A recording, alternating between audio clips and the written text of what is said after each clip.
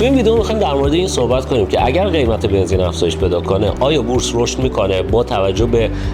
حالا اتفاقاتی که توی سال قبل افتاده یا خیر. ببینید وقتی که بنزین گرون میشه، توی ویدیو قبل گفتیم تاثیر مثبتی روی سودآوری پالایشی ها نداره، خب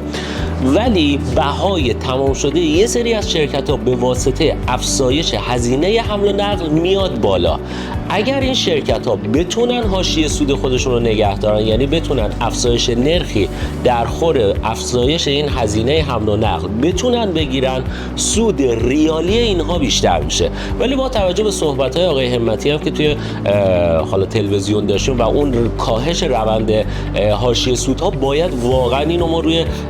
صورت‌های مالی و کدال و اون افزایش نرخ‌ها و اینها گزارش ماهیانه ببینیم و از الان نمیتونیم تخمین بزنیم که حتما شرکت‌ها حاشیه سود خودشون رو نگه می‌دارن. اما تأثیر مثبت اگر بخواد بذاره، افزایش هزینه حمل و نقل، افزایش بهای تمام شده، افزایش نرخ بخواد گرفته بشه، حاشیه سود بخواد نگه داشته بشه، سود ریالی شرکت‌ها افزایش پیدا می‌کنه و شرکت‌ها میتونن پی بی فوروارد های پایین‌تری بسازن.